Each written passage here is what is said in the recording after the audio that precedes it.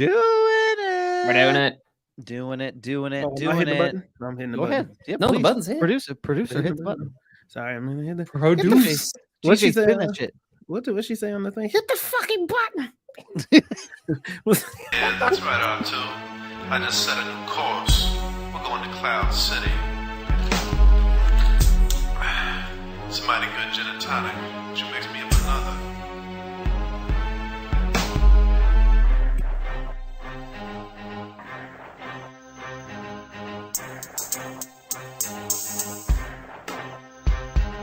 Impressive, now release your anger. You must have sensed that your friends are in danger. Oh, I just sliced off my hand. It's imperative that you understand. Obi-Wan would never bother. Tell me too about your father. He told me enough. He told me you killed him. Then there's something I must reveal. Then I'm your father. I'm your father. I'm your father. I'm your father. I'm your father. I'm your father. I'm your father. I'm your father. Knock him out the box, Luke. Knock him out. Knock him out the box, Luke. Knock him out. Knock him out the box, Luke. Knock him out. Knock him out the box, Luke. Knock him out. Knock him out the box, Luke. Welcome to Films in Black and White, everybody. Yeah. How are you all feeling? A belated happy May the 4th be with you all today and forever and for always. Glad we could all be here. It's a great day. It's a great day to pod. Marcus is through finals and graduation, which is even That feels good. Brian's ankle is hearing, which is even better news. So things are turning up for all of us, and I'm very, very, very excited about it. We have an outstanding episode to be with you all today. We're gonna go over a little bit of there's been some rap beef. I don't know if you've heard about the last 48 hours worth of drama. Two Brian's Titans boxing it the fuck out. Yeah, it's the equivalent of Kong versus Godzilla, but it is all music, which is fine, and I'm here for it. And then Brian is going to run us down some things about the latest Sony Paramount merger. And then I'm going to spend the rest of the time going off on Jerry Seinfeld, which I'm very excited about. Oh, wow. But most importantly, we're all here. We're all on time. No one's having any technical difficulties. No one's having any mystery music come from anywhere that we don't know how to turn off. It is a great day. So Marcus J. Destin, aka Red Undies and Rap Beef. How you feeling, sir? Feeling good. I'm here with my guys. Listen, this is the first Monday. I could just pop in, be here. I was at home at 5 o'clock, which is very that's great very day. strange. Wow, So, that feels good. I'm here ready to pod. I purposely did not look at anything in the chat. My guys was talking in the chat. Didn't look at anything. All I looked at was a Superman outfit and listened to a shit ton of hip hop music today. So I'm ready to fucking pod. Oh, yeah. I'm so excited for you. You did miss out on Hulk Hogan representing the 700 Club, telling us asking us what we're gonna do when the Lord and Savior and Hulkamania go wilding on you, brother, which is a moment that you can now go back and look at any point in time. But I'm glad you were able to get home. I don't think I missed out on anything for what it's worth. But yeah, for sure. You did. For sure. Hold on. Let's throw a wrench in there. Doug, Heavy Metal, how are you doing? Yeah. Outstanding. I'm doing great. So had a good weekend. It was nice out. I got a little bit of, for those who are watching the live stream, you're like, wow, Doug looks a little red today. It's because I got sunburned because I'm a bald man and I went outside. Always happens to me once, usually at this point in time of the year, where I forget and I go outside and I forget to slather my dome. Thank you, Roman. We look great. Is it a film? Wait a minute. That's it. What? Films in Black and White groupie. Yes, that's in the chat. Yeah. All I saw was white groupie, and I was like, "Wow, that's very descriptive and specific." That's a different type of groupie. It feels almost targeted. That kind of groupie cuts holes in their sheets. Like that's the kind of groupie that we're dealing with. I agree. But also, it's just been a good weekend. So Harrison got a new bike. So we're riding bikes. So we're getting out on it. So yeah, man, things are good. So yeah, all in all, doing really, really well. I have gone down a heavy metal rabbit hole. Yeah. Okay, do tell. Yep, we talked about it. I listened to, y'all might remember the show Metalocalypse and the band Deathclock. Yes. And I started listening to that album and I listened to the whole thing, but not like on purpose. Like I didn't sit down and be like, I want to listen to this whole thing. What I found is there must be something about like the bass or the guitar riff or the drum that sends me into a trance where like it starts playing and I start working and then I just wake up 3 hours later and I'm like, oh, what happened? And I have like 25 emails sent and hopefully there are no spelling errors. But like that's what happened to me like on Friday and then throughout the weekend is like I put myself in a weird heavy metal trance. And it's also good because I go around and I will sing like talk in like a deep voice, like I have to do the dishes, like just like waiting for someone to come in and shred the guitar, like the dishes are dirty. Like I'm just like, yep. I'm just ready for it. So, but that's been the rabbit hole that I went down. Not disappointed with it. It's actually kind of nice, because I steered clear of the rap beef over the course of the past 3 days. Wow, impressive. Because usually like hip hop is my jam, but it's like I left that behind. It's like I knew that I knew the community was in disarray. So I went like, no. They'll figure it out and I'll come back. Like, let them duke it out. But Brian Roush, hello. Magneto made valid points. How are you, sir? I'm doing great. Doug alluded to the fact I sprained my ankle pretty bad last week, Wednesday. So been talking with my personal trainer, Doug Wagner, about it. And he did give me a toe activity, which was very helpful. So I was in like a 90-minute meeting and I was like, wow, my foot really hurts. And Doug's like, yeah, just like do this. And I was like, I'm already feeling it loosen up. This is great. This is phenomenal. So anyway, yeah, nothing makes you feel like more of a frail human than being like, I'm running. And then all of a sudden your body's like, you know what you should do? You should put all of your weight on your ankle. And then you're like, ow, that hurts, body. And it's like, well, now you can't walk. Have fun. So that's been my reality for the past few days. But I'm better now. Feeling better. Ibuprofen is a miracle drug as far as I'm concerned. It's great. Yeah, don't just take it. Don't worry about not taking it. Just take it. So anyway, that's my long intro here that I have a sprained ankle. Anyway, yeah. Brian, do you do the thing when you fall? Do you like gingerly get yourself back up again and like dust yourself off? Or do you like hop up and like kind of jog it off like you meant to do it? Oh, this one was like easily the most painful sprain I've ever had. There was one that I could compare when I lived in Chicago, and like Chicago, you never know what street you're gonna get, and like the brick stones in it were loose, and I really messed it up. And that one was pretty bad, but this one, man, no, there was no like playing it off cool. I yelled, I did swear. And I sat down on the bench and I was like, did I really do that? Like, been running this path for like the better part of 5 years, and okay, cool. So and then I lived back home. It was great. It was phenomenal. But I'm doing better, which is the best part. Because I've been spelling out the ABCs with my big toe, loosening up all those nerves. You got so many nerves in your ankle. Well, and your blood vessels will swell because they're trying to protect the injury. Like that's what our body does when things swell. And what that's going to do is loosen it up and hopefully make that swelling go down a little bit, give you a little bit. I appreciate that. Like how I switched into trainer mode. Like I was making dick jokes not 5 minutes ago, but let's this times we got to talk about his ankle, and it's very serious. Brian, I've fallen running. You're fine. And I go like I remember I like slid forward, but then like I just pushed right up and like jumped it because there were cars around, and I did not make eye contact. I was like, nope, I meant to do that. Yep, I was just seeing how gravity worked. Like yep, that's right. Brian, do you want to tell folks how they stay in touch with us? Doug, I would love to. I would love to tell you that if you want to hear more about my sprained ankle, you can subscribe to our Patreon. We have all different kinds of tiers, but the best way to support us is by going to patreon.com/filmsinblackandwhite.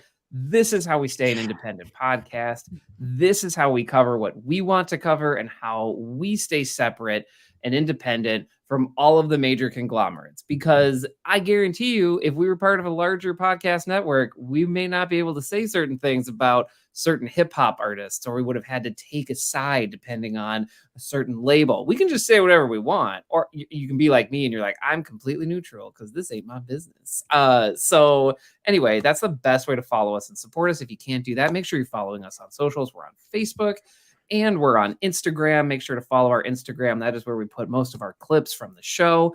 And spoiler warning if we're going to talk about anything, but we're not talking about any specific movies tonight. Doug, you've had your hand up and you've waited so patiently. Yeah, Brian, is there a Patreon tier that gets me pictures of your sprained ankle? I just want to know because I'm sure the people bruised watching ankle pics. like, That's a different. there That's a Patreon different tier? website. That is a different website. Sorry. Okay, well, We'll you leave link us, you you to leave us a link something else. somewhere that people can go and find that website. Only, that you buried somewhere. only yams. Yeah.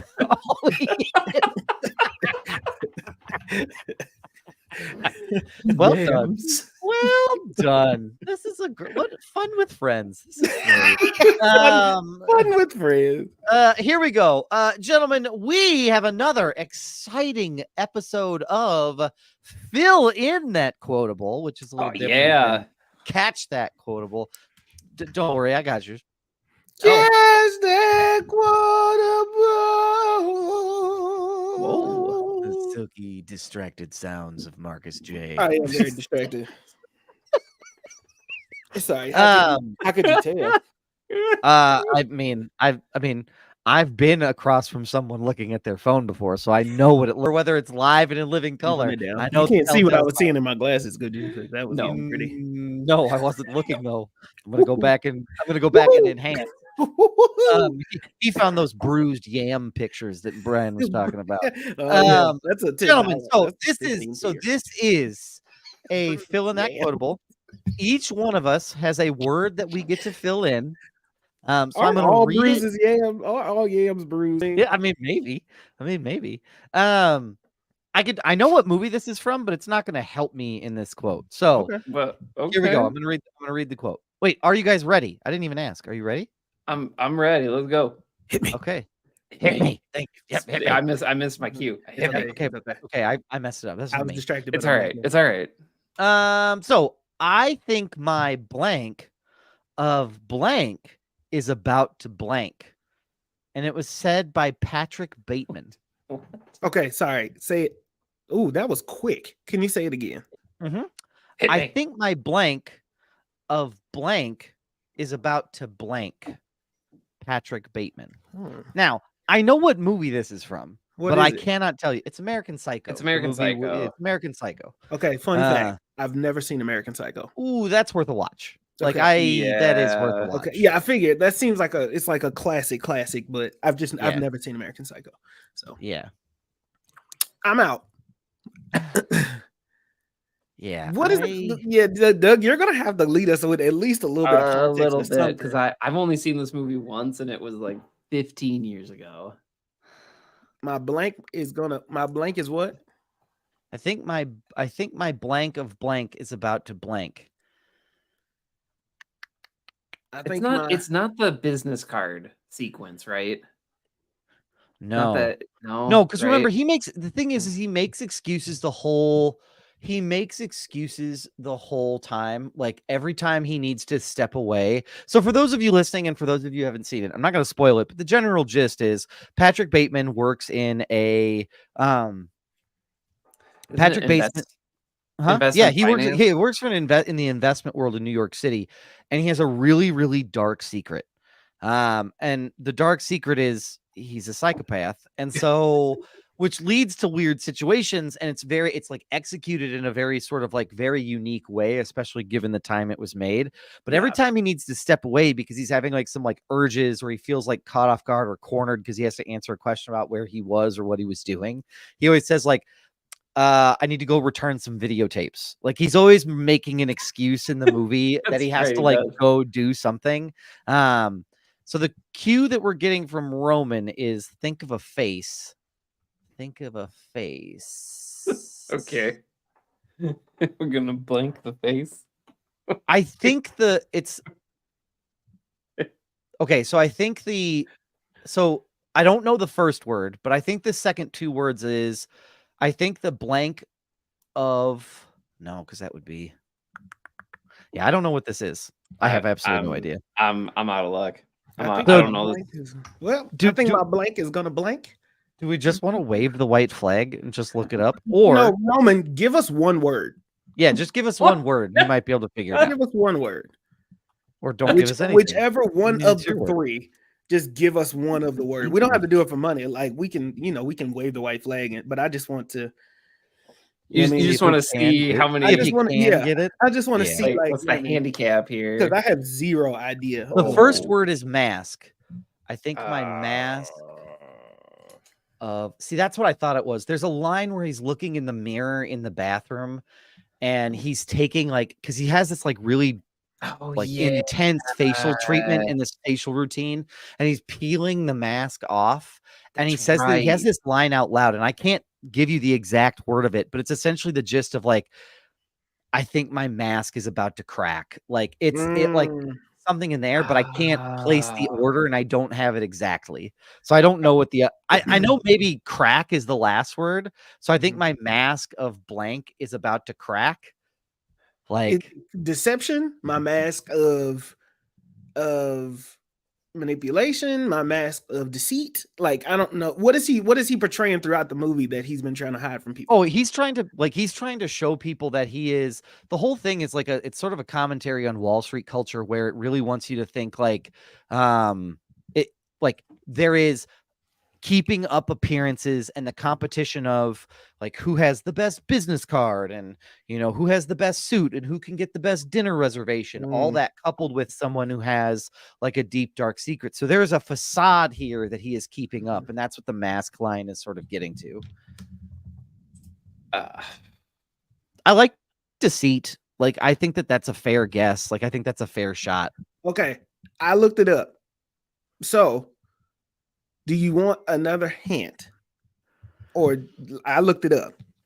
Okay. I don't know this. I'm not going to place it, and I don't want to take away from the rest of the pod. So do you just want to give it to us? I can give it to you if you just want it. Let it rip.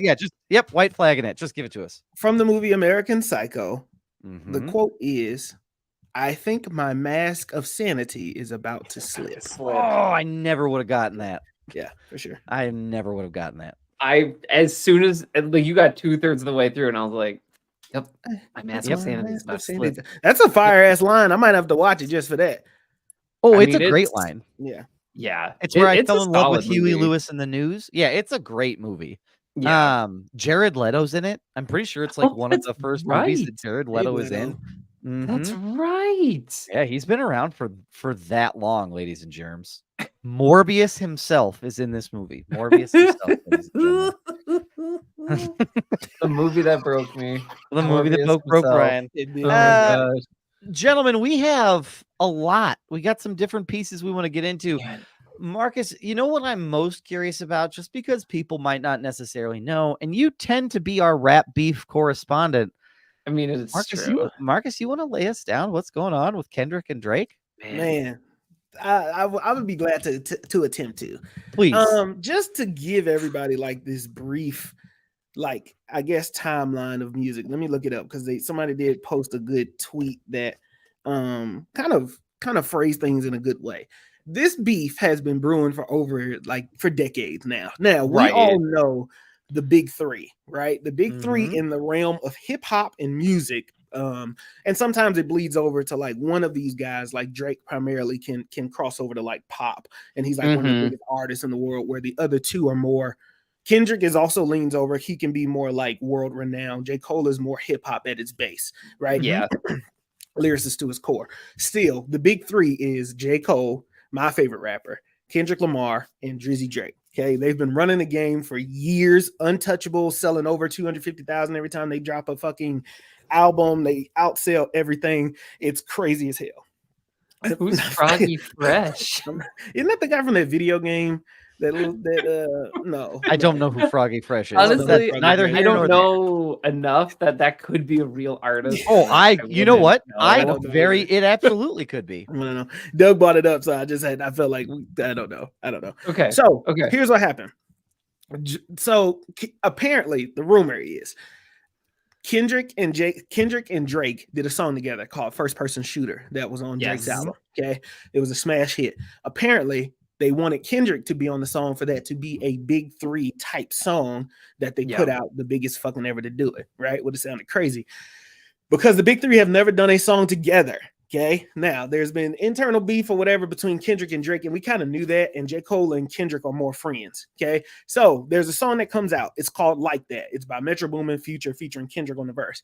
Kendrick is going directly at motherfucking Drake and J. Cole. He throws a little shot at Cole because him and Cole are cool. And then Drake, he just goes like directly on the Like That verse. Okay, for all your dogs getting buried. That's okay with all these 9s. You're gonna see Pet Cemetery. Drake's album was called For All the Dogs. Just a very crazy line. So he goes at him. He says there is no big 3, it's just big me. Now Cole in the process disses Kendrick back in his random album that he just dropped randomly. Okay, right. It was called the 7-minute freestyle. Cole goes at him, and in the verse you can tell Cole didn't really want to go at him. And not to mention, Drake and Cole have been on tour together this whole time. They've been dapping each other up, hugging each other, showing each other mad love. It's like, you always my inspiration, blah, blah, blah. Big rapper, tour guide shit. Okay, tour shit. Kendrick didn't like that. So he mentions it in the song that he doesn't like that. So, because that looks, you know what I mean? It is what it is. So, all right. Cole disses him on a song called 7-minute freestyle. Cole then goes to his city concert. It's like a massive festival. It's called the Dreamville Festival in North Carolina, in his city. He goes out while he's performing and he says, all right, y'all, my bad. That's my boy Kendrick Lamar. I didn't want to really diss nobody because that's my dog. I still love him. You know, he cool, whatever. So I'm going to remove 7-minute freestyle from all streaming services. And that's my dog. I'm going to stay out the beef because I'm in a better place. I have a peace of mind. Okay, cool. Everybody was like, boo, J. Cole, boo. What the fuck? How could you? You disappointed hip hop until these 2 motherfuckers start really rapping. Yeah. So now here's what it looks like. Drake and J. Cole threw shots at each other. Drake was pushing at him first, was pushing at Kendrick first, baiting him, telling him to come out, dropping a few verses on Instagram, trying to bait the king to come out. Okay. Kendrick was just quiet. So this is what it looks like. The prelude to the beef was First Person Shooter and Like That. Okay. That was the prelude. Now, the main battle, Drake puts out a song called Push-Ups, where he's telling Kendrick, like he's coming at Kendrick, and it's a catchy tune. He's telling him, you need to, if Top, tell him Top and give me 50, you're gonna give him 50 push-up, do 50 push-up. Kendrick was doing push-ups in another video he had posted. It was a whole thing. Okay. Telling me, you got a size 7 men's on. I had to hike down. He comes at Metro Boomin, because Drake is currently beefing with Metro Boomin, Future, Rick Ross, The Weeknd, and Kendrick Lamar and Kanye. That's a lot. That's an incredible list. It's a lot, and these are people. And I feel like one of those dudes will straight up eat you. So, like, you got to be careful. That is not a list of enemies. Rick Ross. You got it.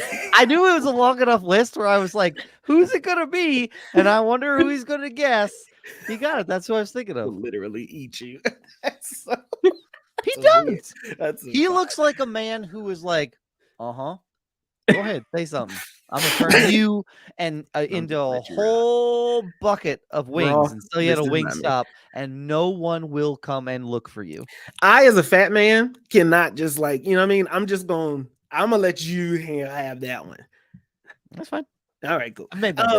So everybody's still with me here, right? I'm with you. All right, bet. So Drake drops push-ups, okay? Out of push-ups, he then drops, it's very interesting, right? Because this whole thing, what I want people to remember is you have 2 of the biggest in music dropping consistently at this rate that typically does not happen in a week. Okay, this is probably one of the biggest beefs in hip hop that we've had since like Jay-Z and Nas type level, Ether type shit. Because these 2 giants in streaming, in talent, in music, you are not supposed to drop music like this to this level And these are direct shots at each other. Kendrick is blatantly out loud just saying, Drake on a record, I'm calling you, Yep. and Drake is doing the same thing back, right? Everybody still with me, okay? Yep. So Drake put out a freestyle on Instagram only called the Taylor Made Freestyle, and it was referenced for Taylor Swift because I missed this. because he in the record he references, he says, he says, what did he say in the reference? He says, the only one that makes me move around dates is Taylor Swift, the real gangster, basically. And so Taylor Swift is the only person in the music industry that I can move around. And he was hinting at Kendrick was not dropping because Taylor's got his card pool and everybody's card pool because she just got that amount of pool. Understandable. So it's called Taylor Made Freestyle. But what he did in this freestyle, everybody still track with me here. He used AI and he wrote a verse and recorded a verse that sounded like Tupac. So he used AI to get a Tupac voice or a voice filter to rap like Pac to Kendrick. And he did the same thing with Snoop Dogg on the second verse. So first verse is Tupac, but it's Drake writing, but it's Tupac, and second verse is Snoop Dogg, but that's still Drake. And then the last verse is Drake. So what he's doing is he's using Kendrick's favorite rapper, Tupac, to go at him and to take away like some of the things that Kendrick would use as poison. Is everybody with me here? God. Yes, the equivalent is getting getting Stan Lee to show up at my house and go, "Hey, I'm really disappointed in everything that you are as a human being." Yes. And then he Yes. just leaves. But as he's Yes. leaving, he takes off a mask and it's Mike Pence, and you're like, "What the fuck?" Like, Yes, I'm sure. Yeah, Sure. yes. I was gonna say a robot, but sure, Mike Pence. Why not? He doesn't have anything going on right now. Brian, you show me a better robot. Mike Pence is crazy. What? Then Mike Pence? Well played. Well Why is played. he the best robot? He's missing pretty something. stiff. He's pretty He is. stiff. He calls his wife mother. So He I mean, most certainly does. Yikes. That's and you tell me that's not an AI mistake. No. It's an AI mistake. What do they call that? That's not. What do they call that? It's not a Oedipus. hallucination. A Freudian slip. No, an Oedipus. An Oedipus. An Oedipal Oh, complex? Oedipus complex. Yeah, Oedipus Yep. complex. Yep. All right. So he uses that. Kendrick or the Tupac estate then goes at Drake because you are using Tupac's likeness. Yeah. It's like if you were to use Prince or something like that, like the estate is going to come out. So they came at him and he took down the Taylor Made Freestyle. Okay. Gotcha. After the Taylor Made Freestyle is taken down, because it's only on Instagram, but it's gotten taken down because the estate is after him.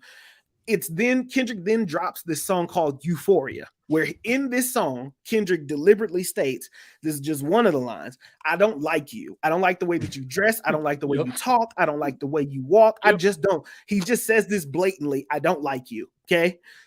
He drops Euphoria. Euphoria is a smash hit.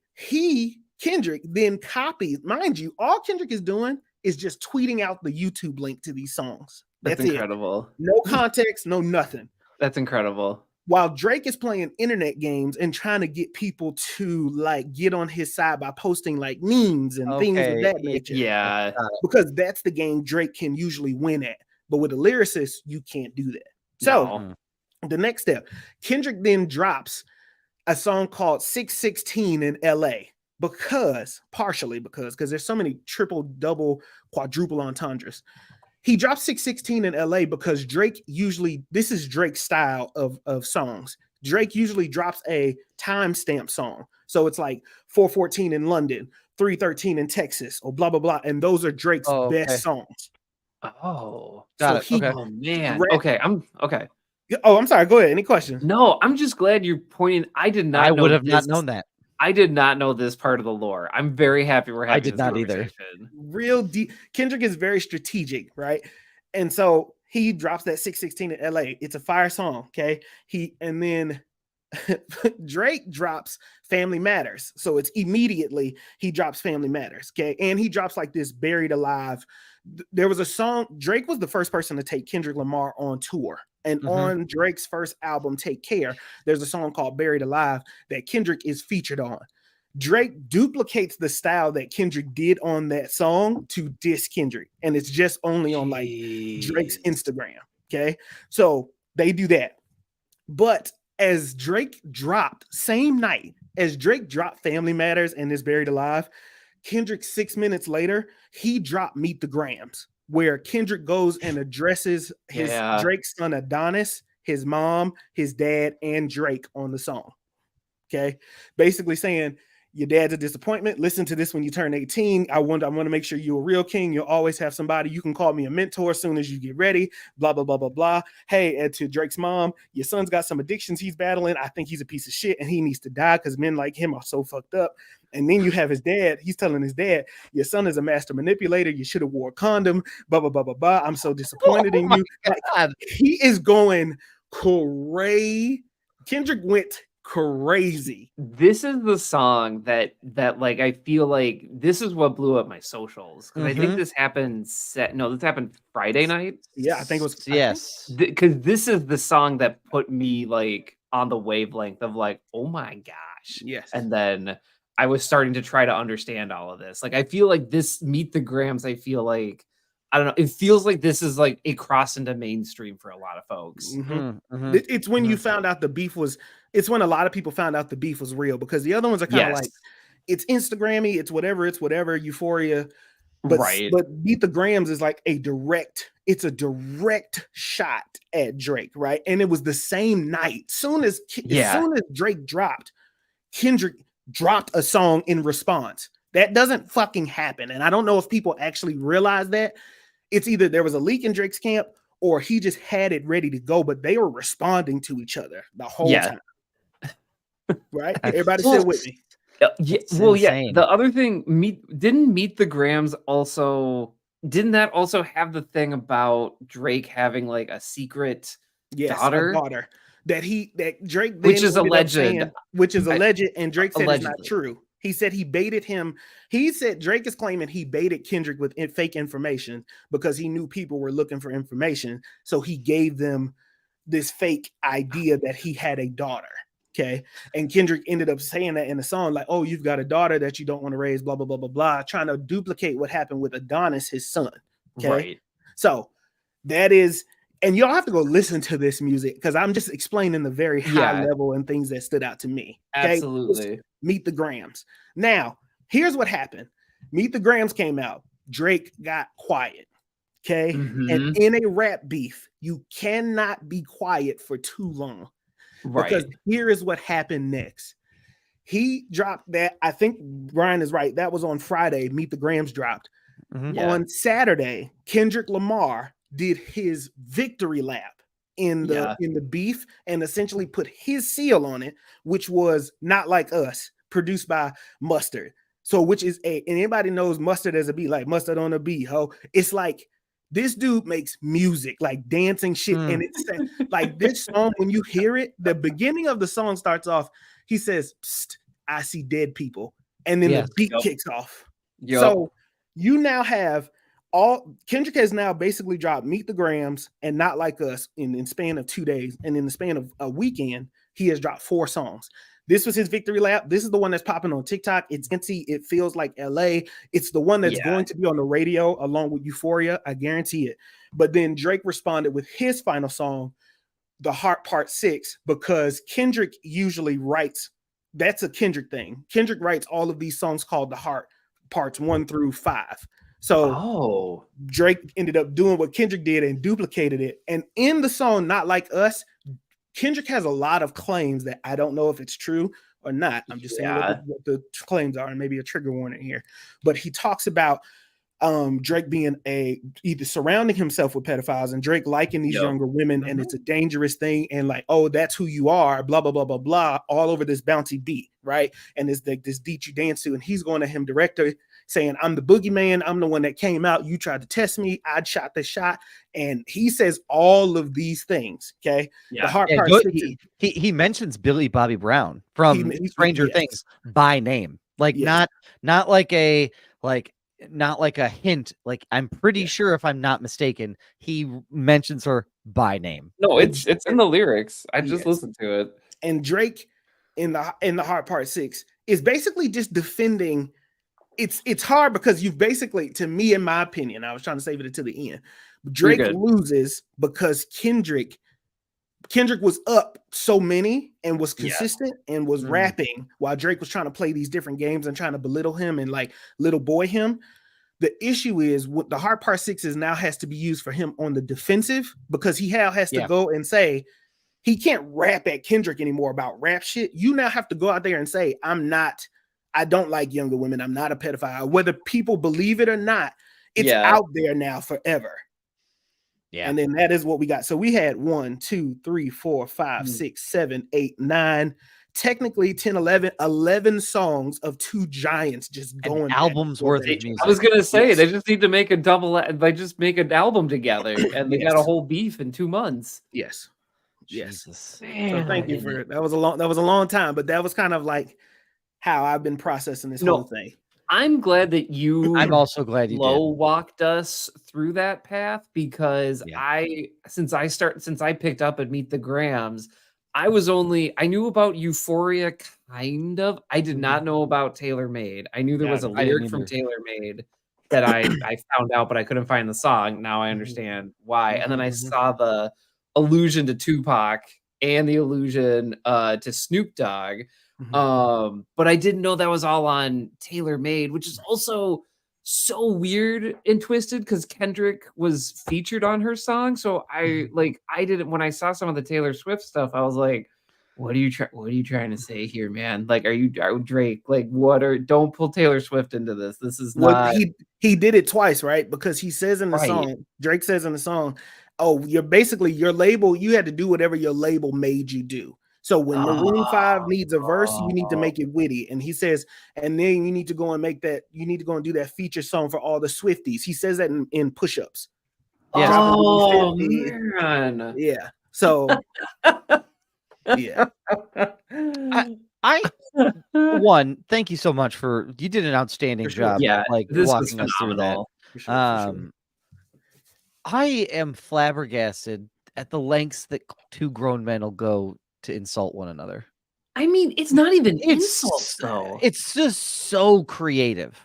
Like if someone was like, do you understand? Like if I'm having an argument with somebody and they start saying shit like, you know what, I'm gonna call your dad and tell him that he should have wore a comic because you never should have born. I would have been like, well, fuck you, and like walked away. You know what I mean? Like I would have like ran away because the fact that these two just had the creative mind enough, the two creative minds, you know, whoever won aside, but like they had the brain power to put all of this like pen to paper.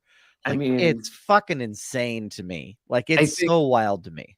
Well, and I think for me, I've been in both Drake and Kendrick's orbit and I've listened to both of their stuff, but like this really, not that I'm picking sides here, but just like the lyricism from Kendrick is the fact, like the speed of which it was put out and it was good and it was good quality material is astounding to me. I could never do that in a million years. And like, I mean, to me, when I listened to Meet the Grams, it felt like there was just this satellite in orbit just nuking this small island country over and over and over again. Yeah.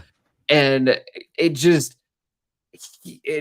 feels so personal, and it feels like what it feels like, you know, I've used the example before of like sometimes these beefs are like, oh, those two people are arguing in the parking lot. That is none of my business. But this feels like it just feels so personal that Kendrick's directly addressing Drake all these songs, and like Drake doesn't feel like he's talking directly to Kendrick. It feels like he's trying to talk to a crowd, but like everything from Kendrick is so personal and it makes me feel uncomfortable, but also makes me like, I don't know the best way to explain it. That's just his lyricism though. All of it. Yeah. All of it. Yeah. They all have their strengths. They all have you know what I mean? And here's the thing. I have no dog in the fight. I listen to Drake a lot because I think he's easily consumable. I still love Kendrick, still love Cole is my favorite rapper amongst the big three. Man. I see why Cole ducked out of this though. Yeah. Smart does he look right now? Remember when how disappointed you were, Marcus? Man. I remember that episode. You came on and you were like, I can't believe you did that. And now I don't know what to do with this information. No, I think you made the right call. Like that's smartest man in the room. Yeah. That's you seeing two people fight at a party, like just kind of looking at each other and going, you know what? I think I'm gonna go home just a little bit early before whatever is about to happen happens. Yep. Just intuition, and I respect it. Yep. No, I mean he made out like a bandit because like regardless of what. Also, I think the other thing that like he made out like he is totally safe from all this. Like he made it out totally invincible on this thing. Like not I shouldn't say totally invincible, but like he bowed out and it was the exact right call. The other thing that blows my mind with this is like people I picked some of this up on TikTok and you have people like just busting a move and dancing. And then you start listening to some of the lyrics and they're like, certified lover boy, certified pedophile. And I was like, excuse me, what? And like people are just like, yeah, I'm doing my TikTok dance. And I'm like, these are like some serious allegations that are being thrown at each other through music. And like, I feel like that part is lost on some people. Like, I don't know what to think of it. I'm not a lawyer. I don't know how much of this falls under free speech and what's libel or what's music or what's entertainment. I don't know that, but I know that I wouldn't want that if I was on the other end of it. Slander is spoken, print is libel. And all of streaming, like what you drop to YouTube is sometimes safer on YouTube, but you don't upload it to, like, you can tell some of these stuff they can't upload to Spotify, Apple Music, all of that other stuff. Some of the stuff they just uploaded on their IG, like there's certain, like Taylor Made Freestyle would have never gotten approved to post, like, you know what I mean? Like whether it had AI in it or not, like some of that unique copyrights. And so it's just nuts. And these are two giants that are going to change the game of, and not to mention Metro Boomin. He's been a part of this beef too as well, and he put out like they said Drake was getting like BBL shots to get his ad done and everything, and so Metro Boomin made a beat that just repeats. It's a clean beat. He made it a competition for anybody that wants to rap and said BBL Drizzy.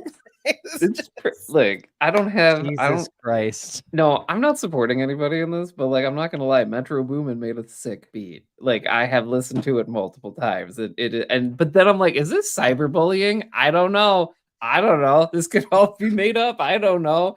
But he did make an excellent beat. Like I also thought when I saw that on Twitter, I was like, oh man, if I was Drake, I would just like pitch whatever, or I would just ditch whatever I'm working on right now, take that beat, and I would try to rap over that beat back to Kendrick and try to make it my own. But that didn't happen. Then the Heart Part 6 came out Sunday, and that was kind of it. Yeah, it's hilarious. Marcus, we have a comment in the chat I need to bring up. What tier of Patreon do I need to have Marcus write and rap a diss track? We gotta figure out that tier. That's a low tier.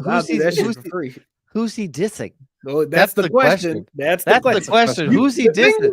The thing you have to pay for in the Patreon tier is not the rap itself. I write that shit with my eyes closed. The thing you got to pay for is to find out who I'm fucking dissing. You pay that tier every month, I will diss a different motherfucker. Don't you worry.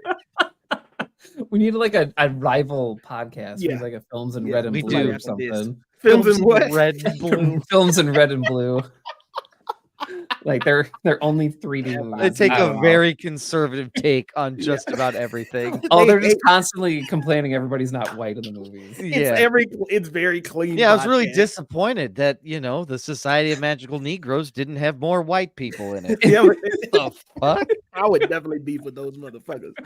I was also. I have a feeling he's just gonna pay you, and you're gonna end up writing it because that's what this comment leaves me to believe. Yeah, which means in about 2 weeks I'm gonna have a diss track that's wrapped in my face on this podcast. That's true, because he's gonna make me put it towards you.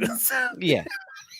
Brian singing BBL. I am. It's been stuck in my head all day. It's a good beat. Metro Boomin knows what he's doing. Drake told him to do drums, and like, careful what you wish for. Yeah. Brian, now that we've got that, that thoroughly covered, care to run us down the update on what's happening with Patreon, with Paramount and Sony? Lock me in. Yes. Anyway, we're switching gears here now, from Drake and Kendrick to Paramount and Sony. And we did talk a little bit about this last week on the pod, but more news has come out. So for those of you that are following the streaming wars, as I like to call them, Paramount has now formally opened negotiations with a group that is Sony Pictures and an investment private equity giant called Apollo. And essentially, that group is making a serious bid to take over Paramount.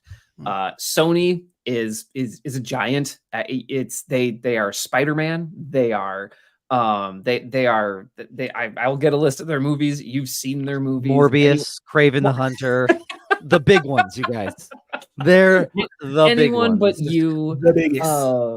yeah, But- like the Uncharted movies, like they're a pretty significant player. Ryan, and- please, for the love of God, Google a Sony movie that's better than the ones you just listed, because basically you're like Hey, they're known for all the, their Wait a names are minute. they're known for all the hits, you know. Excuse me, Crash, anyone but you. Moldy was- Banana Peel, Crash was good. Excuse Don't do that. you. half-eaten apple core. Crash was good. Excuse you. Anyone but you was fine. It was good. I do need to watch that though. 'Cause No, but we're talking no hard feelings. We're talking there you go. Bullet Train. Okay. Thank Mission you. those are accomplished. better. I Move on. thank you. Those are good. Dumb Money, if you followed that. I did not. Is that anything like Money Plane? No, Dumb Money talks about it's basically like it's how the GameStop stock artificially got inflated. Oh, and yeah, yeah, yeah. people I like remember were that. buying in on that. But yeah, so Sony movies, like just gonna put that out there. So anyway, the current state of affairs with Paramount and Paramount Plus essentially is that this group has offered $26 billion, billion with a B, as in Brian, one of the hosts here, for Paramount, the entirety of Paramount, $26 billion cash. And if you were like, wow, I thought Paramount was like in a rough spot with debt, you're right. They have about 14 billion with a B in debt. So this deal clears all that debt and it puts all of those shareholders in the positive. $26 billion, which is a lot of money for Nickelodeon, MTV, CBS, Paramount Pictures, Paramount Plus, like everything. So it's a pretty significant development that they've offered $26 billion. And so I'm saying it's probably more likely than not this is gonna happen because it clears all the debt. And also the board has I'm going to drop some investment terms here. Fiduciary responsibility, if you're not familiar with that You can term. do that in public. I know what it just is. did. But Brian, for Doug, everybody else, what is it? so it means that they have a duty to act in the investor's best interest. Bingo. Yep. So I thought basically, it involved the hot water bag. no hot water bags here, just $26 billion. So anyway, they're going to look at this deal and be like, yeah, I would like $26 billion. I see Oh, what you did. I see what you did. That I, was nice. now I'm not even I mad. understand what I'm you not did. even mad about it. Thank I you. don't feel great about it, but I mean, anyway. Thank you. And Fiduciary. now we're in a spot where if this deal does go through, the federal regulators are definitely going to step in because Sony, for those that don't know, is a foreign-owned company outside the United States. They're a Japanese company, and you can't have a foreign-owned company own a broadcasting company, which is why Apollo Investments is involved. They're basically the U.S. buffer. So that this is all looking more and more inevitable that Paramount is going to get bought, and that's where we're at. Jesus Christ. Holy shit. Yeah. A lot of money. That's a lot of money to be just slinging around. I mean, for me, it's game over. Like you have somebody that's willing to wipe out your debt and then put you in the black. It's over. They're cooked. Yeah. I also think it's important that people understand that like movies don't just have like a big bank account where all the money that they need to have to like basically they borrow money just like we would to buy a car or a house. Oh, It's yeah. just they're borrowing $80 million to make Morbius. Like that's what they borrowed money to make. Like Yes. so and then they hope 100%. that through advertising, through ticket sales, that they make enough money back that they can pay off that debt and have money left over so they end up being in the positives. That's why when we talk about the way in which movies are made and we say like, okay, wow, the box office was this, they broke even. That means they paid that loan back and that was it. And more. Yeah. Yep. They paid that loan back. And that was it, which is why when we say they have $14 billion in debt, that kind of made me go, holy shit, really? Yeah. Like that's a lot of debt. That's a lot of debt, man. That's the reported debt, and obviously that could fluctuate. But I mean, they're billions and billions of dollars in debt. Because they made some choices. Let's just say that. Brian, through your reporting and investigating, I don't know why I said report, like you talked to someone from Paramount. I'm on the ground. Did you know, is this gonna be like a Disney Fox merger, or is Paramount still going to operate? Just they are owned by Sony. Do you have any indication on that at all? And if you don't, that's fine. I'm just curious. So I'm pulling this from the New York Times piece that came out on Sunday here, Sunday, May 5th. We're recording this Monday, May 6th. So there isn't. Yeah, I know, right? So there's no indication here. I know, I'm just giving all the secrets away. There's no indication that there'd be like an old guard standing by for Paramount. It very much looks like they're going to buy everything outright, gut it, and replace it with essentially they would replace it with these Apollo investment people, which like would definitely make me nervous, but it's what Sony would have to do since they can't have the full controlling stake in that company due to US law. So it's, I think it's going to be like a giant court case thing that'll take over a year if like when the deal goes through. Yeah. But it looks like all that Paramount leadership would be gone, and whoever's in Apollo, good luck. You get to run a media empire now. Yeah, Godspeed. The thing with like handing over all that money to like whoever this new person in charge is like they can go in a complete different direction with all of these, you know what I mean? Like they're not obligated to anything or keeping anything that we know or knew or like whatever. No, and I mean we've seen this before when an investment firm takes over any business, right? They're just looking at the bottom line, like nothing is sacred. Like they're just going to try to find like how can we make the most money in the quickest way possible, and we're going to just keep getting Sonic sequels or like, you know, Maverick movies.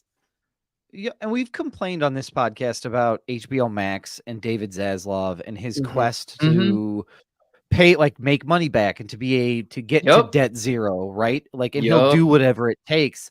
So, I mean, it's a legitimate concern, Marcus, that you kind of bring up. Like, they could legitimately have several things that are completely completed, can them and write them off and say, we spent that 100%. And they're gonna do that. Like that's going to happen.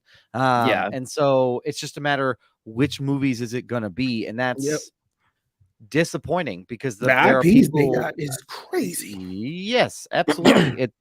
There's a lot of folks who worked really hard on those, which is disappointing. So yeah. I mean, the good news would be that Paramount would, I mean, this new group, Sony's not in debt a whole ton. They wouldn't be bringing a whole ton of debt with them, so they probably wouldn't go into a Batgirl situation, but I don't see them. It's very possible that some of those more independent projects like Operation Lioness, some of those other originals, probably maybe Halo, they just don't go forward if they weren't bringing in major numbers. Yeah. That's wild. Yeah. Well, we'll see. I guess we'll only be able to see when it gets finalized. Maybe we'll be back next week saying it did get finalized. We'll have an exact amount. And we'll see. Stuff moves pretty quickly. So yeah. It does, and I'm not confirming it here on this podcast for anybody that's like, Brian Roush confirmed it. But like, I'm not confirming it, but I don't see what Matthew can do on a whiteboard that you can be like, no, this deal's bad for us. Like, no, they're willing to. You got someone willing to take all your debt and then send you on the best payday of your life. I can't lie. You're probably taking it. I don't know the man I would become if somebody offered that to me. Somebody like, I'll clear your debt and whatever the case may be. I'll be like, all right, man, listen, I'll do something strange for a piece of change now. Like also, I want to meet the person. Also, I would share bruised ankle pics of myself for that kind of change. For sure. Absolutely. I wanted to bring you it like full black circle. yams? Yeah. How about white yams that have been Oh my bumped gosh. into by a bike pedal? Ooh, that's my Ooh. shit. Yeah, those are the Cleat yams. feet. Oh man. Cleat feet. How about them ebony yams, huh? Yeah. Ivory yams. I also want to meet the person that's like, hey, where do you get your movie news? I don't know. There's a guy in a Spider-Man sweatshirt that told me that this thing was a lock. Like, and investment news. This guy just invested all you of know his the savings term? into Apollo. Fiduciary responsibility. They also no, I talk don't. about, Where'd you hear about it? Yeah. I don't know. Some movie podcast. These two knuckleheads who were talking about yams. They switched Yeah. from yams, but there's some helpful information in there. You Like- gotta weed through the You gotta yam weed talk through- you for a gotta take while. what you need, and If we weren't an independent podcast, we'd be having a producer being like, "Hey, stop talking about yams. Stop you got to talking move on." about ankles, true. you That's true. fuckers. What's the name of our producer again? Because she's always rushing. Gina, I nicknamed her Gina. I don't know. Gina. She's like Gina. disappointed but supportive. You know, Yeah. she's Yep. like, I'm not a big fan of y'all talking about your feet, but there is You gotta do- That's fine. feetfinder.com. Our angel investor absolutely is. So he's wants more of that. That was part of the Oscar. that was Oscar. That was part of the Oscar arrangement. the angel. Yeah. Awesome, Brian. Thank you for sharing. That's going to be really Absolutely. interesting. Yeah, to thanks, watch. Brian. Great job. Oh, man. no problem. I'm excited to see how it turns out. But Doug, I hear you have some news to bring about Wow, Jerry these Seinfeld. transitions are great. Okay, I have beef with Jerry Seinfeld. Please. Not you shouldn't be born beef, but beef nonetheless. Not I hate the way that you walk. Not Not that I hate the way hate. that you talk. I You know don't how much hate. you gotta hate a motherfucker to say I hate the way that you Like- walk. And Yes. it's not even like it was like separate verses. It was just like a full run-on sentence, like of him just I hate the way you talk, I hate the way you look, I hate the way you dress, I hate the way you dress. like just It just listed okay. it like he was. That's my whole existence. Yeah. I can't change some of that shit. I can't change That's how I anything. am. Now I have been on record as a comedian's apologist, right? Like I generally will say, hey, it crossed a line, but that's kind of a comedian's job. Like, and I would even say to a certain extent, like comedy shows push the envelope a little bit. Yes, they Because do. it is a game of the absurd. Like it's a game of the absurd playing off the straight man, doing sort of these situations that are that way. That's the reason why I like It's Always Sunny in Philadelphia is the way in which this works. Mhm. So Jerry Seinfeld was on about a week ago, was on a tour for his latest movie called Unfrosted. More on that in a moment. Which is on Netflix, which is a movie that is set in the 60s and is a story of how the Pop-Tart got made. Oh, Okay. okay, got it. Okay. If you thought it was I something did else, know about this. Yep. Yeah. But while he was on this press tour, he kind of said some stuff that made a lot of folks sort of raise their eyebrows and go like, hey, what are you talking about, man? So here's the quote. Now I'm pulling it like sort of he said it on an interview with the New Yorker. I'm pulling it from a CNN article. But here's the quote. It would be, you would go home at the end of the day. Most people would go, oh, Cheers is on. Oh, MASH is on. Oh, Mary Tyler Moore is on. All in the Family is on. You just expected there'd be some funny stuff we can watch on TV tonight. Well, guess what? Where is it? This is the result of the extreme left and PC crap and people worrying so much about offending other people. Now they're going to go see stand-up comics because we're not policed by anyone. End quote. What the fuck are you talking about? Seinfeld, that's take kind your of my meds. that's kind of like my knee-jerk reaction. Like, what decade do you think it is? Like, it's What not, this TV isn't- is he watching? Right. Like, do you not have, do you only have like basic cable? Because, yeah, most of that's pretty shitty. Not going to lie to you. Like, Yeah, 100%. watch 3 episodes of Big Bang Theory back to back. Oh my It's not going gosh. to go well for anyone. No. So No. like, there's part of it where I'm like, what are you trying to get at here? And I really just take umbrage with the issue of like, come on, man. Like, you don't watch anything else? Like, go again, not to try to point to, and this was a point that Rob McElhenney, one of the creators of It's Always Sunny in Philadelphia, Yeah. goes, you clearly haven't watched our show at all, because Right. much of that on there, you haven't watched anything like. So if the point is, hey, there aren't good sitcoms anymore, I think that's because we as a people, like a group of people in our society, kind of went like, hey, like we don't need to do that anymore, right? Like Yeah, we don't need the to. sitcom, Which part? like we can, The the sitcom. sitcom part. Yeah, Yeah. the sitcom part. Like we don't need to collectively say, like, I don't look, don't get me wrong, like Seinfeld had its place. I still think For some of it sure. some of it is still funny to me to this day. There have been Modern Family is a great example, but I don't know if I Mhm. would call that a sitcom. Like Mm. Right. it's hard for me how I categorize things. So there's just pieces of this where I'm like, you just kind of sound like a guy that's like, hey, get off my lawn. Like, and it Oh, just 100%. and also this like the PC stuff. I think we've all evolved to a certain point that like if sitcoms are trying to appeal to a mass audience, they need to make everybody feel welcome or otherwise they don't work. Like then they are the direct antithesis of what a sitcom is supposed to do. A Right. sitcom is supposed to like I'm be able to sit down and everybody across the country is able to sit down and enjoy it and find something relatable to it. So I don't understand. Like, what's the critique here? Like, oh, no one's making Right. sitcoms that alienate anyone anymore? Yeah.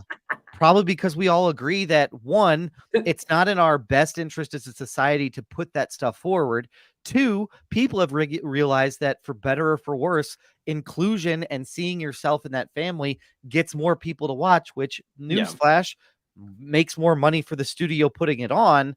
Like, there's so many other things here that just feels like stupid. Marcus, you had your hand up.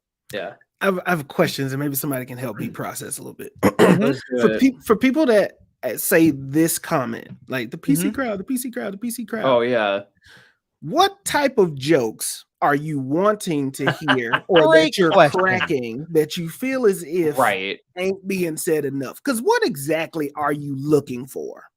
Is my question. That's a fucking Yep. great question, isn't it? Yep. Like that's a Like- great question. And he specifically mentions like MASH and like Yeah. I cannot recall Mary the other Tyler show that you Moore, mentioned. All in Mary the Tyler Moore. Family, Cheers. Like, what about that era is it that you want to joke from? Right. That's my question too. Also, know. to me, and I'm not saying that this is to me. Remember that them shows was Yeah. white as hell. And they Oh, weren't the most 100%. inclusive TV back then, No. right? Because the running joke in MASH was No. this guy pretending to be a woman to get out of Yes. the military, right? Yes. Yep. But all of that to say, the shows were so non-inclusive to a point that the black people had to go to BET and do Living Single, and like Yeah. there were we had to create alternative options. That's just for black people. So what is it that you are? Because I understand like the whole PC thing. I do understand as a comic. Maybe you don't know which landmine to step on. Maybe you don't know how to. Maybe you don't know how to Right. tiptoe.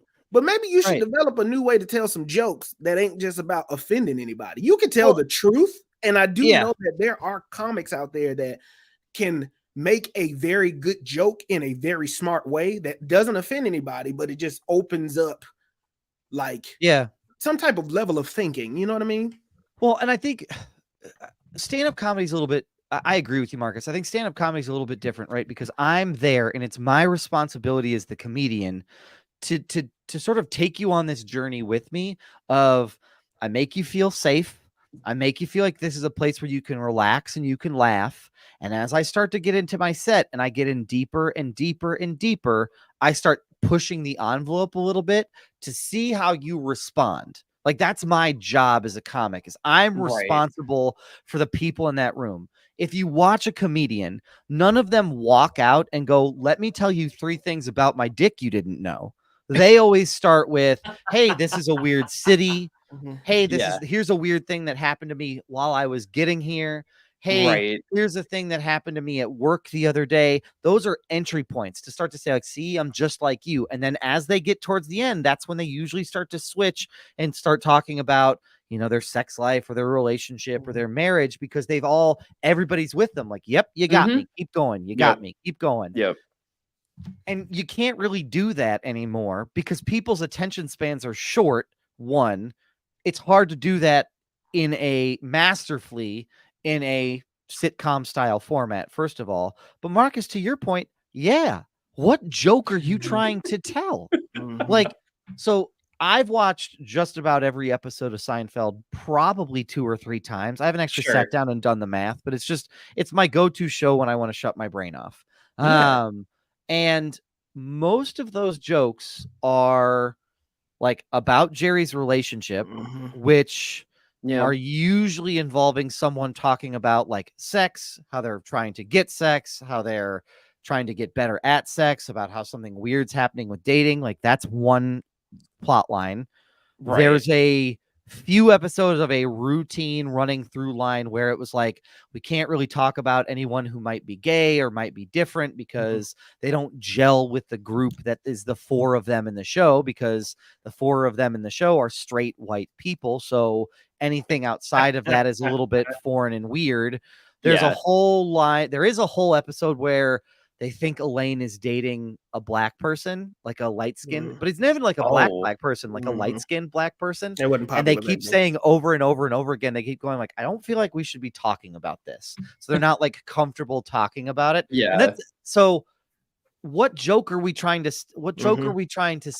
Like, what joke are we trying to tell here? Because some of the jokes are like, they haven't aged well. There's an episode where Jerry is dating there's an episode where Jerry is dating a masseuse. Yep. And the masseuse will give everyone a massage but him. So one night he has to like trick her into giving him a massage. But the whole like through line underneath is like, this feels very like it's an allegory for I'm going to force you to touch me in a way I want you to. Yep.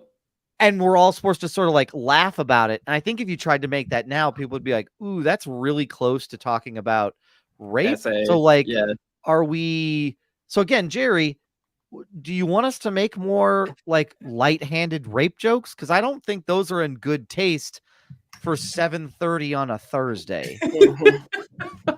I don't know, man. Like I've seen a lot of comedies. I've seen a lot of stand-ups. Yes.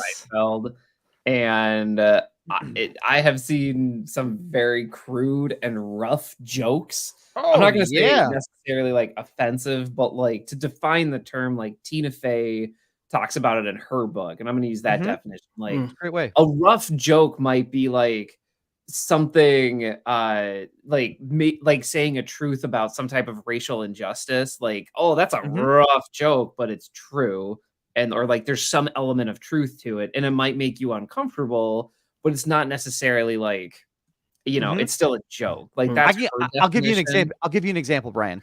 So on Weekend Update this past weekend, Michael Che made a comment about how there was a picture of Donald Trump, and he said, Michael Che said, "Wow, I can't." Donald Trump is complaining that none of his fans or supporters are in the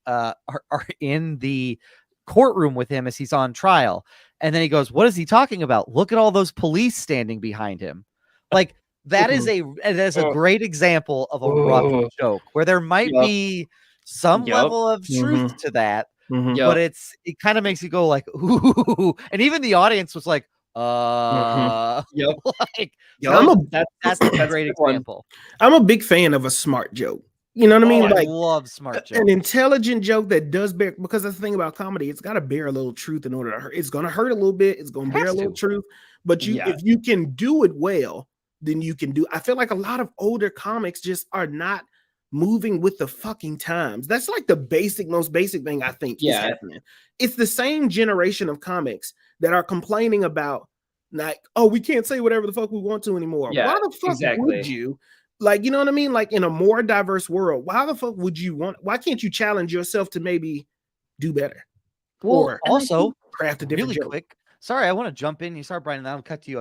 Do it. Point. You're actively an adult. Say whatever the fuck you want to say. True. There's the consequences for it. Yeah, that's right. Free speech is the freedom not to just insult whoever you want to. It's the consequences that come behind it. Now, you say some foul ass shit, you should expect a slapping to come out of nowhere to correct, or some not. If I go to your show and you tell a joke or a series of jokes that I don't think is funny, I'm not gonna go to your fucking show again. Yeah, like and I might boo you and tweet about it. and it's Yeah. really easy. I am a consumer.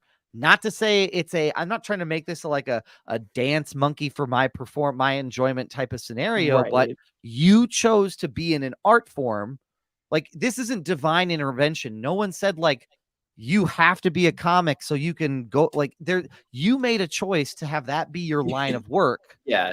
And yes, as a portrayer, I have to honor that by not talking when you're going through it, like trying to make, you know what I mean? Like there's an arrangement here of me as a viewer and you as the comedian. But part of that arrangement is if I don't think it's funny, I don't have to laugh.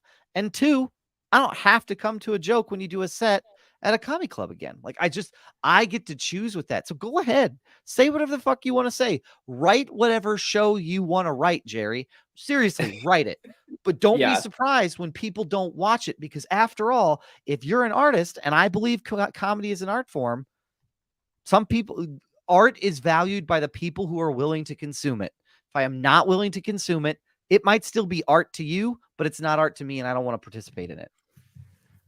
Go ahead, Brian. I cut you off. No, I think you make a great point of just to kind of close that up or put a bow on it. I mean, like, if you can't engage and adapt with the times and realize, like, you know what, I may not know the current status of the vibe with current people going to comedy shows. Maybe that says something about me, and looking have some introspection. That would be a good path to go down, but instead he's like literally blaming everyone else why no one finds him funny. And I think that's so wild to me, because you have Larry David, who wrote Seinfeld, who I would say is equally as responsible for Seinfeld's success as Jerry Seinfeld is. Mm-hmm. And Larry David kept writing. He wrote Curb Your Enthusiasm, which to me is not like censored or like safe. I think I want to say, like, there's some really rough episodes of really Curb Your rough Enthusiasm. I think is a good way to put it. I mean, and to even talk about, I don't even understand what the radical left has to do with any of this. Like, that was my next point. Like, I just don't like, I don't understand what that means. Like, Stop blaming. Like, the radical left isn't censoring things, because like 10 years ago, I was watching It's Always Sunny in Philadelphia, and the main plot point was trying to pick up a girl at an abortion rally, which, like, actively, and I haven't seen anything like that since. There's like, a man in there named Rickety Cricket who actively, every time he shows up towards the, like, in the middle episodes, goes, "That'll be $5 to stick anything in me or have me stick anything anywhere else." That is a line from the show. So, like, let's not hear, like, well, like, just like, the radical left isn't like, we gotta censor everything, because hey, they like to laugh too, motherfucker. Yeah. What? I don't get it. Like, are you just trying to say you want more Mary Tyler Moore? Like, because that's fine. Like, it was a fine show. Yeah. There's plenty of reboots, Jerry. But like, the time to say that stuff is getting censored by some magical group because it's offensive is just simply not true. Like, I've watched a comedy special about John Mulaney doing cocaine in a bathroom off of the child changing station. Yes. Like, what is wrong with you, Jerry? Like, you're clearly not paying attention. Which, by the way, John Mulaney's latest Netflix special, a great time about his battle with drugs. Baby J. Like, so I don't know. Jerry Seinfeld clearly needs to, like, go outside and take a walk. I'm not really sure what's happening there. Well, I can tell you other thing, and this is the other thing I was going to mention, and I'll make it quick. He really maybe should think about movies he makes. Why is that, So Doug? I know I've been shitting all over, like, Jerry Seinfeld for like 20 minutes. It's okay. But We're going to keep going. The movie Unfrosted, Brittany and I watched it this weekend. How was that for you? Not great. Like, it was not great, you guys. Like, frosty? It was goddamn liberal leftists. Yeah, that radical left, Marcus. Yeah, you know what I am? I'm a part of the fucking problem. That's what I just didn't get it. But I think I just didn't get it is really the best way to sum up this movie. Now, not the movies about the star didn't get it. Like, okay, like, that's not that level. I didn't get it. I just couldn't tell this whole time because it feels like Unfrosted is trying to make fun of Kellogg's for making the Pop-Tart. Okay. But I can't tell, is it based off of a true story? Is it not? I mean, the cast in it is phenomenal. Like, everybody is in this. Yeah. Like, let me pull up the cast quick, because this is insane, this cast. I mean, I remember when you were like, oh yeah, Unfrosted, and I did a quick Google of it, and I was like, this is so many people. Like, it's a lot of people. So it's let me pull it up. It's Jerry Seinfeld, it's Jim Gaffigan, it's Melissa McCarthy. jeez. Those are the three, the three. Hugh Grant? Yes. So so here it is. It's what? Jerry Seinfeld, Christian Slater, Jim Gaffigan, Hugh Grant, Kyle Mooney, Mikey Day, Patrick Warburton, Max Greenfield, Amy Schumer. And then there's a bunch of other ones too that are like there are other like smaller characters. So yeah. So man, yeah, it's wild to me. Like a lot. Cedric the Entertainer's in this. Yes, Oh, Cedric the what? Entertainer's in this. Bobby Moynihan, James Marsden. $5 haircut. $5 haircuts in it. So like Tony Hale. So it has like everybody in this movie. But it's just what I just remember watching it and getting like, because it's only about an hour and a half and it's on Netflix. Yeah. And I remember getting like about an hour in and I looked at Brittany and I went, I'm missing something. And she goes, yeah, I think I am too. I'm like, is this a joke? Is it serious? Like, I can't tell whether or not it's a joke or not.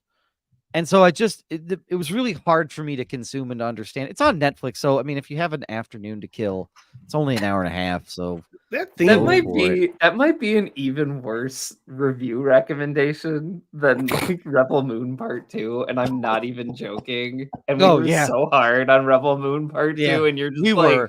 But even we were like, well, the action sequences are cool. Yeah. And I'm like, I mean, how fancy can a movie get about a goddamn dried pastry? I think this had potential. I'm gonna watch it. I'm gonna hate watch it now. But like this had potential. Like you have these many stars talking about the creation of the Pop-Tart. It feels like a pretty fertile ground to have some good comedic bits in a time period. But like from what Doug is saying, it just kind of sounds like it barely draws a heartbeat. What genre is that of like the origin story of Pop-Tarts, Cheetos, mockumentary? Like I get biopic, like it's a fake biopic. Like, and that's the thing is it's like, and it's the dialogue, like the situations that they're in are funny. Like here's one example. Towards the beginning of the movie, and I'm not giving anything away, they have awards, like they have the cereal awards and they call them the Spoonies. Like, and it's because the whole thing is about this competition between Kellogg's and Post. And that's where Cedric the Entertainer is. He plays the MC giving out the awards.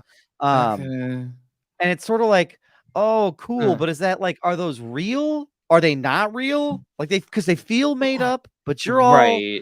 There's no moment of anyone looking at the camera being like, this is funny, right? Like it's all everybody's doing the most, taking themselves seriously. Like it's just right. Yeah. And the performers are great. I just think there's something about the delivery and the way it was written, to be honest. Jerry, sounds like you got your head in the wrong business. Sounds like you need to stop worrying about what's too PC and worry about them roles. I'm only mad at you right now because honestly, I don't know you like that. And I'll be honest, I don't really care. And I'm not a big fan of Seinfeld. I used to watch it because it was like the longest running TV show and the only thing on at like 4 a.m. where they do 5 episodes back to back. Yep.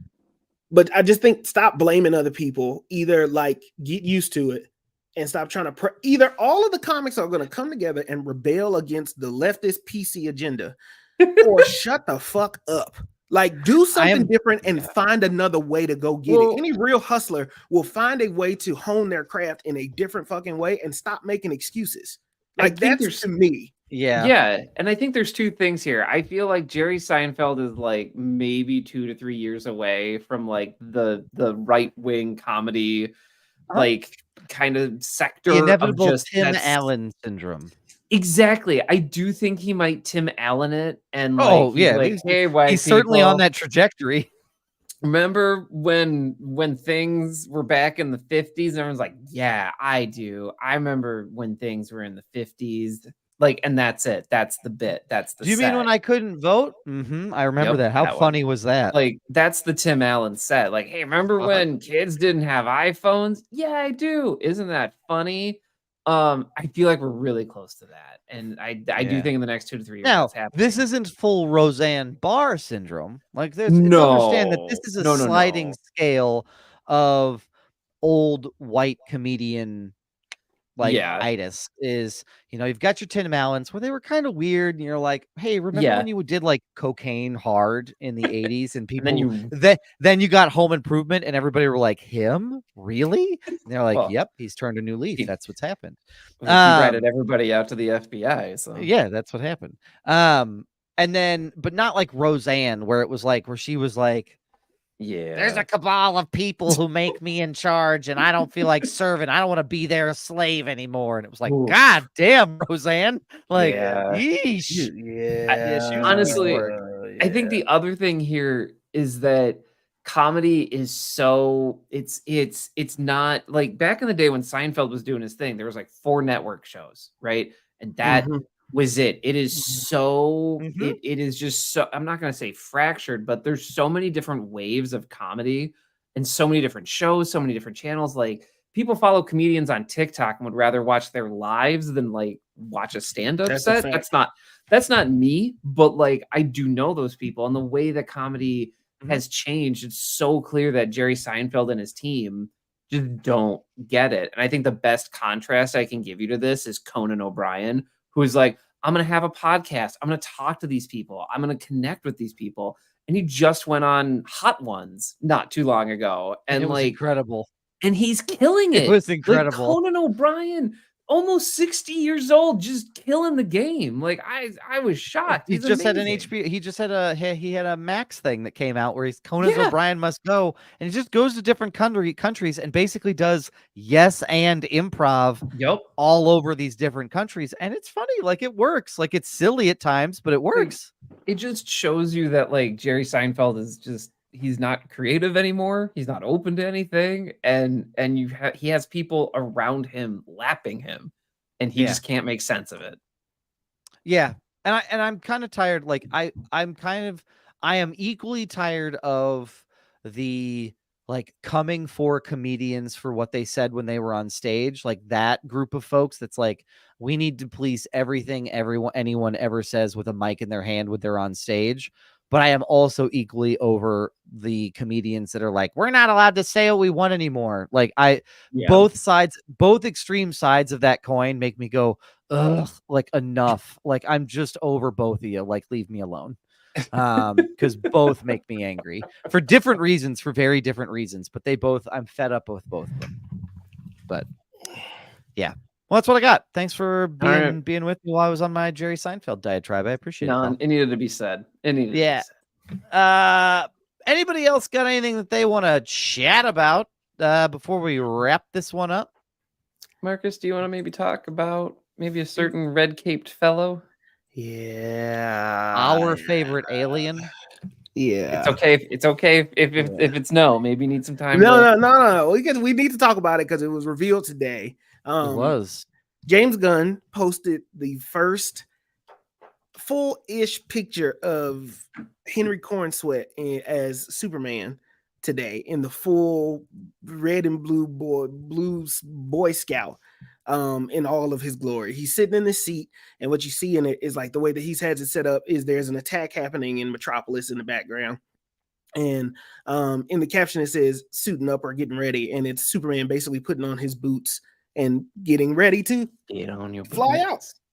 So now what you can see, thanks Brian. Thanks. No problem. I got you. Brian, so what what you see here is it's just a picture of Superman getting ready. You see kind of a blue tattered this like it looks like this suit has been through some type of hell, like he's been through it. It's not like a clean suit. And so this is it. You can kind of slightly see, if you pay attention enough, there are red undies on Superman, and so they kind of do their well to like hide that. There's a collar on this Superman too as well, and so that's very interesting. And so this suit has a lot of like the new 52 vibes. Yes, of like that's what I was about to say. DC Comics. It's like there's the collar on it. There's a lot of these pieces that just scream. It's not your Superman that we're kind of used to, that traditional red cape tucked into blue tights.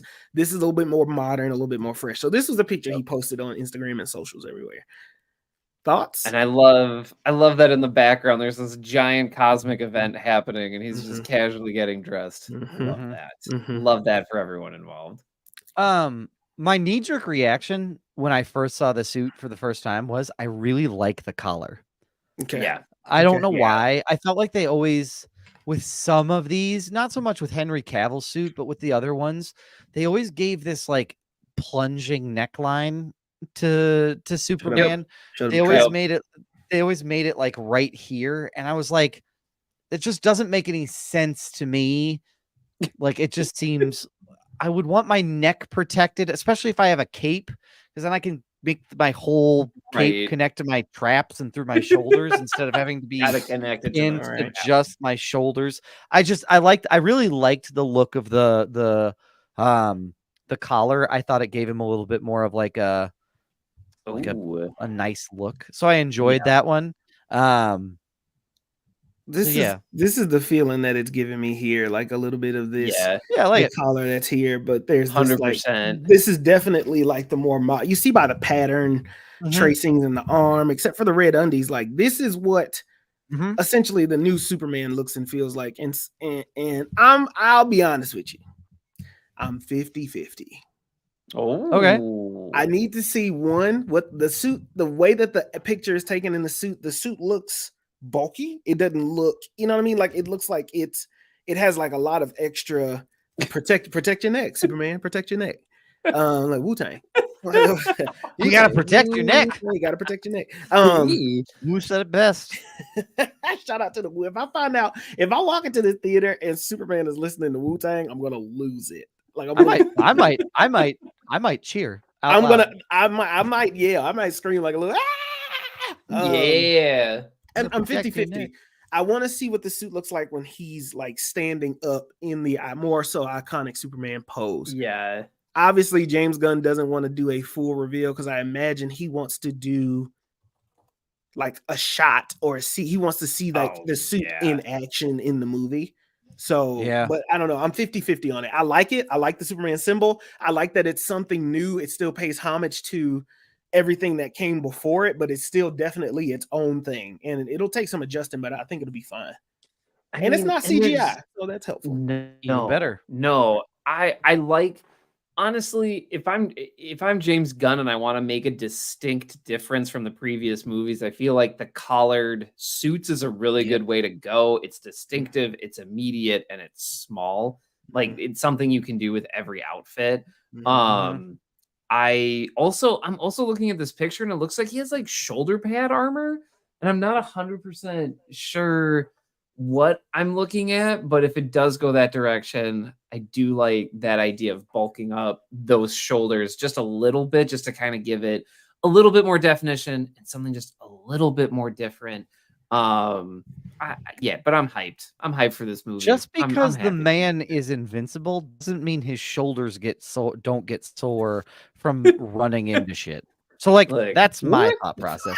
His back is always hurting because he's just carrying the whole world on his shoulders. You know? So. I'm sorry. What did that have to do with the neck thing or what? No, the shoulder pads. Like, think about it. If I'm gonna go flying shoulder first into a car or a brick building, I'm invincible and I can go right through it. It doesn't mean it's not gonna hurt. Like I'm still taking my body and throwing it through a brick building. Maybe if you're not Superman, but for Superman, that doesn't hurt. Just by the way, but yeah, He doesn't need shoulder pads. Also, I have an additional comment. Are we doing that? Are we Sorry. doing? I got really defensive. I'm sorry. You I'm sorry. did. Like you were I'm like, sorry. no, It not was my really- guy. He's That's why I was laughing. I'm shut sorry. the fuck up, I'm Doug. sorry. It was Well, I very know who my defensive. next diss track is about. This dumb motherfucker, and I'm gonna I'm call the sorry. track. The track is gonna be called "Shoulder Pads." I'm sorry. You want It- some I'm shoulder No, you pads? got shoulder pads. I don't know. But yeah. I'm sorry. It was very. I didn't mean I need that. shoulder pads from your dumbass brain. My God. I was just moving on. I just feel like You need shoulder pads. I got sads. I don't know. That's why I don't rap. all right. Brian spitting a hot 4 bars. Oh, just yeah, Roush Yeah, the just Mighty right over off the here. top. Just That's how you know it's a real petering out. Yeah. Yeah. Yeah. No, I think this will be interesting. Yeah. I think I'm ready to see him surrounded by the other, because there's 6 other Yeah. main characters in here, and I want to see what their costumes look like. Obviously, your first one in your first movie is going to feel significantly different as that character ages. If it's anything like Marvel, they can't let one costume sit for, you know what I mean? So No, they always find a reason to give a new one. It's like Right. it's superheroes and wrestlers. Anytime that there's a big main event, they get Mhm. they get a new outfit. Of That's course. how you used to be able to tell with WrestleMania. You knew who was going to win. They showed up wearing new shit. Mhm. Did Triple H get new tights? That motherfucker's going home with the championship. Yep. Like that's what's happening. His action figure is gonna drop. Yep. Those fucking Yep. Cody Rhodes. Yeah. So Yep. I don't know. Yeah. That's all All I right. got. All right. Well, let us know if your opinion changes, whether one way or another. We would be eager to know about it. Oh, I did have something else. I watched Crisis on Infinite Earths Part 1 and Part 2. It's a DC animated movie. Yeah. Yeah. And it's Part 1 is on Max for free, and then the second part is on Amazon Prime. I had to pay for it to buy it. Oh, okay. But then they have a Part 3 coming out too as well. So it's a 3-part animation, Which will be on Paramount Plus. which probably at this point. Yeah. I think that movie is very interesting in the way that they depict their characters. I could see that kind of being the tone of what they want Superman to become in James Gunn's kind of like between the mix of My Adventures of Superman and this. I feel like it has to feel kind of similar to how they want, because James Gunn is all about hope with this Superman. Like, this guy's going to provide some hope. He's going to be the one that people look to for hope. And I think that Corn Sweat looks great. He looks like lack of a better term, he looks like a big, tall, white, country bred motherfucker with a curl, and like he looks good as Superman. How you act and how you portray everything, we'll have to wait to see. But I just thought that movie was really interesting. Got me really excited for this. So yeah. Yeah, I'm a big fan. Yeah, I will say, suit aside, he looks good. Like David Cornsweet in that picture looks good as Superman. So there's no concerns. That confirmed that like that was a good cast, because just the way he fills it out. So I agree with you, Marcus. The rest will sort of have to be time will tell. Cool. Gentlemen. Okay, Roman acted. Did you just say it's on Max for free? Get this title for free with a $10 subscription. You're right. I did fuck that up, Roman. I did. I'm sorry. I did. Man, everybody turned it on Marcus in the last 15 minutes of this. Yeah, I deserve it. Though. Whatever. I deserve it. My tone with Superman really fucked up a lot of stuff. You know what I mean? That's my fault. That's okay. It's okay. We all get defensive about things. Look, it's confusing. What is on Amazon Prime? What is Amazon Prime? Yeah. Gentlemen, anything else before we close it out? Otherwise, I will turn it over to what you all have to plug this week. Nothing. I think I'm good. All right, nothing further. For Brian, take it away. What do you got to plug? Hey, folks, head on over to Etsy.com and search Color Me Confetti, one word. You can go check out my wife's printables for parties. So you got a party coming up, go print those decorations. You don't have to go anywhere. You don't have to go to Amazon. All right. You don't have to go to the big one. You can go to Etsy.com, type in Color Me Confetti, go check out those printables. Absolutely. Marcus, what do you got? Oh, you always want to make sure you follow the mantra, never offended, always humble. Go buy yourself some merch. Soul Tide drops this week. He drops his new song, Link. You can find that everywhere on DSPs, and a pre-save link out in his bio right now. Follow him on Instagram, SOULTYE. But whatever you do, follow the mantra, never offended, always humble. Absolutely. I want to plug this podcast. Hey, if you enjoyed our conversations about yams and Superman and rap beef, share us with a friend or a family member. It's the best way that we get that traction with others. But if you're feeling generous, head over to patreon.com/films in black and white. Sign up for one of our tiers there and be a part of the Patty family. Love to have you. Gentlemen, we have a 3-step process to success. Brian, what is that first step? Hello. Almost like Hi, Mark. I'm here to tell you to read a book, and I'm currently reading Invincible, the first compendium via Hoopla. It's great. It's all on my iPad. I get to read. As long as I have battery. That's the one thing about reading nowadays. You gotta make sure if you're reading on a device, it has batteries. It's Hey, weird. remember when you didn't have to read books with batteries? It's weird. You gotta read things with batteries. But anyway, make sure the battery's charged. And yeah, just go to your library. Just take the books. They don't care. As long as you bring them back, you just take them. Just take them. Read a book. I love it. Marcus, give us that second step, man. You want to make sure that you drink some water. Today was rainy here in South Dakota, but it'll get hot eventually, and you want to be proactive. So make sure you drink some water. Treat yourself to the nice stuff. If you want to treat, some sparkling, bubbly water, whatever it is that get your shit off. Just make sure you're drinking some water. Absolutely. And look, y'all, like Marcus said, it was rainy today, but just because you walked outside in the rain, that doesn't count as a shower. That doesn't count as washing your ass. You got to go into a bathroom with some soap and a washcloth or a loofah or whatever your utensil of choice is and wash that ass. It is very, very important that you do so because we're in 2 shower territory, you guys. Like, it's going to be 75 at the end of this week. Getting there. 2 showers territory, like especially on the weekends. You wake up, you shower, you do some work outside, or you play with your kids, you do whatever you're doing, you shower again because Lord knows you sweat, so get after it.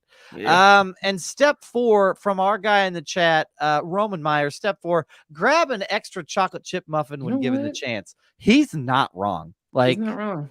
You never know when you're going to need a muffin. Never I did that Friday. It was great. Yeah, you never know because you might need a snack later, and then you have it. You don't have to worry about it.